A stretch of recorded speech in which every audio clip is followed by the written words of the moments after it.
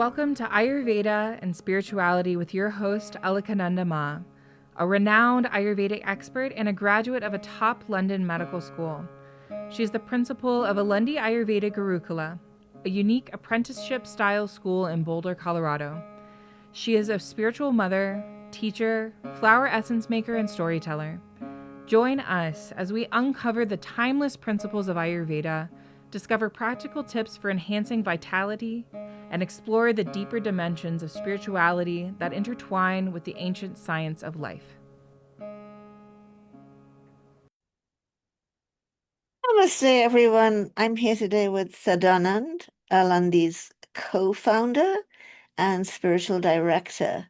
So in a few days, we're going to be celebrating the Mahasamadhi of our guru and Alandi's guiding spirit, Raghudas, Brahmachari Raghudas Maharaj of Alandi. Alandi's a pilgrimage village, pilgrimage center in Maharashtra on the shores of the Indrayani River. And because Raghudas made his abode there at Alandi, that's why this is Alandi Ashram. So we're about to honor the day when Raghudas left his physical body, thus becoming more available on other levels to all of us. So, Sadanand, can you tell us how you first met Raghudas? I was on pilgrimage and I had briefly visited Alandi and I was planning to go back for another brief visit. And I heard about this person near Sagadatta Maharaj who lived in Bombay or Mumbai now. And he was followed the path of Jnana Yoga. And he was very humorous, but also very intense. And so I went to see him. And he said, "What are you doing? You're going here and there, you're going here and there. And you can't see it's within you." And then he said, "Okay, go to Rishikesh, go to Hardwar." And he said, "If there's anything left of you, come back." And he said, "Where are you going next?" And I said, "To Alandi." He said, "Yes, that's right. You go to Alandi." He said, "Go." And he told me to get out and not come back. And so I walked around a little while. I came back and he was standing at his stairs, like, "You're not coming in." And so then I went to Alandi and the Dharamshala keeper, Dharamshalas are like pilgrims' quarters. And he said, "Do you want to meet my guru?" I said, "Okay, meet a guru. Okay, no problem." So at that time of year, everyone goes around touching each other's feet. It's like kind of a cultural thing because it said if you're there in Alandi at this astrological moment, even if you've been a great sinner, you're a great saint to have the good karma to be there at this particular time. So everyone was going around touching each other's feet, and they brought me to meet Raghudas, and he just looked like an elderly man to me. I didn't wasn't struck immediately, and I just went to touch his feet, kind of as a cultural thing. And but when I touched his feet, it was like a few thousand volts of cosmic electricity running through you, and I really wasn't prepared for that. And just shot me straight up from touching his feet to straight. And um, then it felt like somebody was shoving a lance into my heart and turning it. And it felt like lifetimes of poisons were pouring out of my heart. And I looked at him and he said through a translator, he said, "I don't understand your language, but I know all the prayers of your heart." And he said, you've been trying for a certain stage of meditation, he said, and you'll attain it.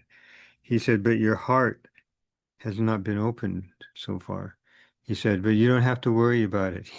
He said, I'll take care of it. And so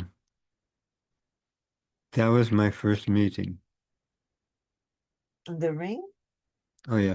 So as I was sitting there, he had a ring of Shildi Sai Baba, who was a great saint, Maharashtrian saint, who no one could pin down if he was Muslim or Hindu, though he's been claimed by Hindus.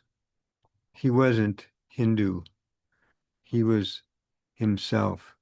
And he was a great, great being. And he had a ring of Shirdi Sai Baba on his hand. And I looked at the ring and there was this like beam that came out of his ring. And it kind of hit me at the third eye. And then I could just see from where I was sitting all the way to Mecca. And the energy field was kind of pulsating between me and Mecca. And I thought he must be Muslim, but he was living in a Hindu temple. And I was so taken by him, I didn't notice details like that he had a Brahmin's thread or that he had like a little bit of matted tuft on his bald head. Um, so I just was coming back to see him every day. And then eventually I did notice that he could not be Muslim. He had to be by birth Hindu. Um, so that was my first meeting. Thank you, Sadanand. That's really a touching story. So, when we were visiting Alandi, there was an old pundit who was nearly blind from macular degeneration, who was lived there in the Dharamshala with his daughter. And his sadhana was that in the early morning he would stand by the window and watch the sun come up and do his Gayatri mantras. Would you be able to tell us the story of the old pundit and Raghudas? Yeah. So this elderly pundit man, he would watch the sunrise coming up every morning, and he said it was really good for his eyes, which were not very good. And I told him about Raghudas. He asked if he could go there, and he never basically left his house, but he wanted to go.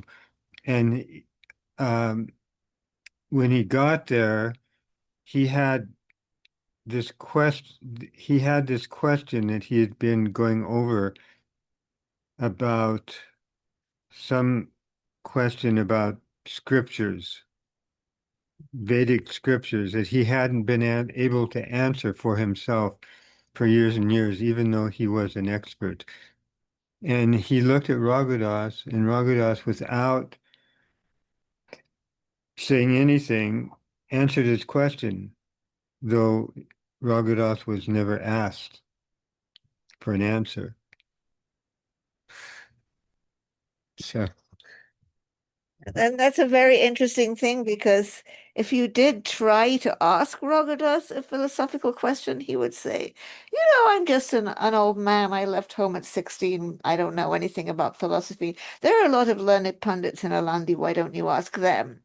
But for this old pundit who was so sincere that, holding your hand, he made his way over to see the difficulty of going over there to see Raghudas. He got his question answered, although he was too humble to ask it. So I remember that during the time when you were seeing Raghudas regularly, you also went to Trambakeshwar to the Adha to a smaller Kumbh Mela. Would you like to tell us about what Raghudas said when you came back? Okay, so I went to the half Kumbh. It's a Kumbh Mela, but it happens every 6 years and isn't as big as the big ones. And there were a lot of yogis there. Um, and I remember that one of the striking yogis was this person who um, stood on only one foot for many, many months and would sleep standing up. And he would sleep on a swing and then lean his head on his arms to sleep. And when particularly women would come into his energy field, they would immediately go into trance. And these kind of very normal village women were very traditional. Their hair would fly out and they would be, running and rolling on the ground and just, in trance. So that was like one thing. But there were a number of interesting things like that that had to do with power. And I told Raghudas that I had met these yogis, and he said, but they fight among themselves. And he said they generally just seek power. And he said the greatest power is to let it be as it is. So taking whatever comes, let it be as it is. That's a very important message from Raghudas. So in those days, when photographs were taken, older people would sit very still, very serious looking for photos. They wouldn't like try to smile for the photo. Having a photo taken was a serious matter. Was Raghudas a very serious? No, he was always laughing and joking and hanging out with village people and mainly village people, not upper class people. And no, he was not serious. He was joking all the time. That's like one of the main things he did was crack jokes and chat with people. He had his times, like in the early morning from like 3 o'clock till 9 o'clock in the morning, where he did his sadhana. I don't know exactly what he did, but he would do his Ram mantra and meditate and make a garland. Um, and no one could approach him in those times. His concentration was so strong he wouldn't even notice anyone. So, but the rest of the day he just hung out with people and was not serious, no. Would you like to tell the story of when you were there with Akka, the woman that brings him his food in the evening? And the energy between you and Akka? What? He'll come back. Okay, so I'm a little hesitant, but I'll do it. Okay, so I was celibate at the time, and this woman, Akka, she used to bring him his food once a day. And being around Raghudas was kind of like tripping in a way on mushrooms or LSD or something. Like after a while, you'd start to see the energy coming off the rocks and coming off people and uh, things like that. And so Akka came and sat down right across from me, and Raghudas was in between us. And the energy of attraction to woman became really, really strong. and I was like sweating and red, and I was just trying to hold it back as hard as I could. And then Akka and Raghuda started talking and laughing, and then I got this feeling from message from Raghudas, like just don't resist the energy. And I just let it go. And then there was a flow of energy between Akka and myself. And as soon as that energy started flowing, he turned over and he looked at me and he pressed his finger to his lips and he said, "No kissing." I think that just gives such a delicious picture of the levels of humor and a kind of freedom that we experienced with Raghudas. How Raghudas was completely beyond religion. He didn't wear anything except a langoti.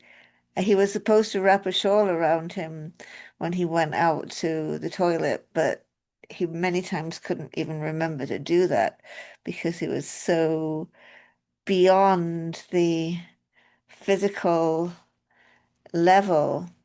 Um, of course, the only language Raghudas spoke was Marathi, and you didn't speak any Marathi. Was that a problem?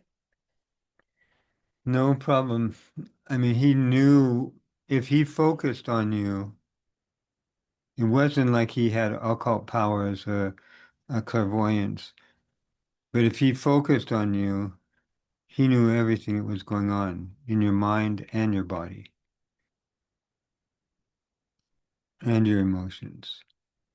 Like sometimes, and after about 3 days of being around him, often I wouldn't even be able to see his body. He would just be a body of light. And um, yeah, so there was no problem. He knew exactly what was in my mind all the time. And I don't know what else to say. Okay. So, the reason why Alandi is a pilgrimage center is that it's the shrine of Santa Janeswar, who was a great saint who lived 700 years before.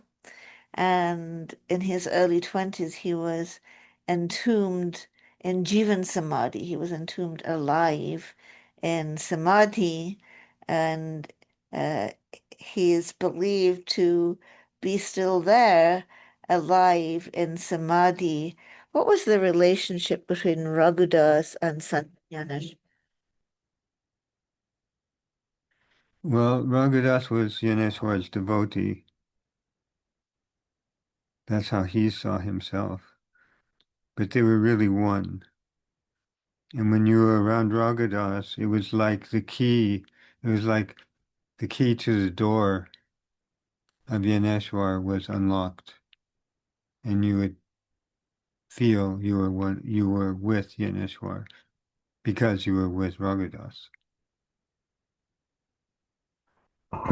Yes, and actually, Raghudas had only initially planned to stay in Alandi for just just to come for darshan. He was born in a village further south than Alandi near Satara, and he was setting off at the age of 16 to go to the Himalayas to become a yogi.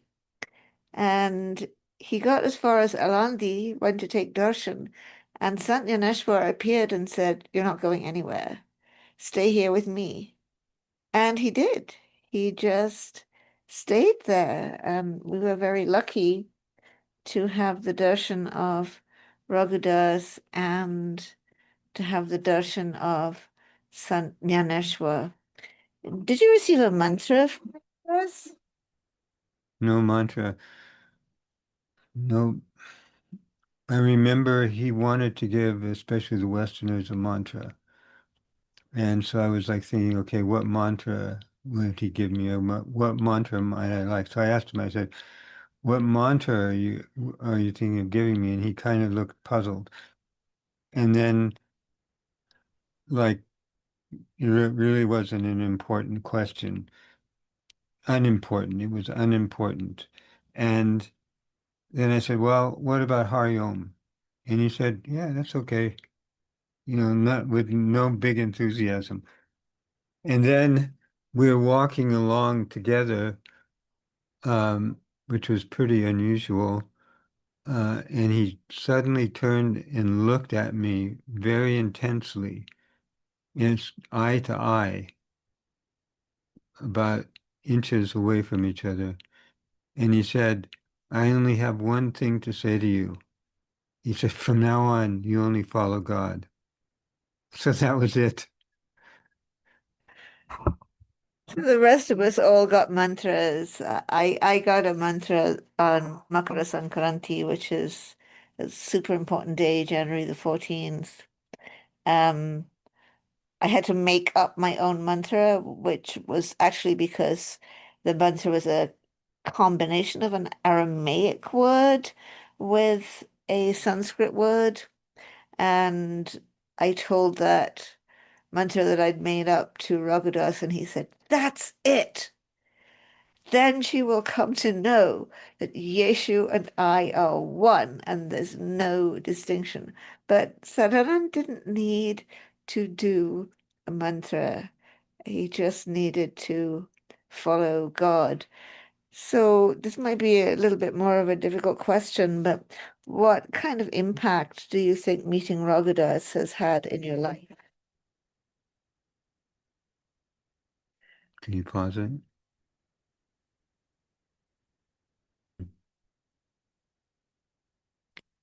Um, he's like an anchor in the ocean of becoming samsara, suffering here and there, this and that, pain and pleasure, loss and gain, birth and death. He became the anchor. And we we've told a few stories. Are there any other stories that are coming to your mind that you want to share before we wrap up? But just one interesting thing, he also would work on your body, like being around him, the energy would just start rising up in my body. And sometimes it would get stuck in different places in my body. And then he would just move his body. And as soon as he'd move his body in a particular way, the energy would get unstuck and then flow till it was stuck again. And then he would move his body in a different way and it would unstick. And in that way, he would also work with the energy of your body. Okay. Okay. So, uh, do you feel complete with sharing some stories for today? Thank you so much, Sadanand. It's always important to think about these great beings when you do come to Alandi ashram, whether you come to the Ayurveda clinic, whether you come for studying or for classes, or whether you come for the ceremonies. You're really not coming for Alakananda Ma and Sadananda. We're just here holding the energy, but what is really uplifting you and transforming you is coming into the presence of Raghudas. Thank you for tuning in to Ayurveda and Spirituality with Alakananda Ma. We hope today's exploration has ignited a spark of curiosity and insight within you. If you enjoyed this episode, be sure to leave us a 5-star review and share it with a friend. For more enlightening discussions and practical wisdom on Ayurveda and spirituality, subscribe and join our Facebook group, Alandi Ayurveda. To allow us to continue sharing valuable content, consider donating to Alandi Ashram. The links will be in the show notes. Until next time, may you walk the path of Ayurveda with grace and embrace the light of spiritual wisdom in your journey. Trayambakam yajamahe Sugandham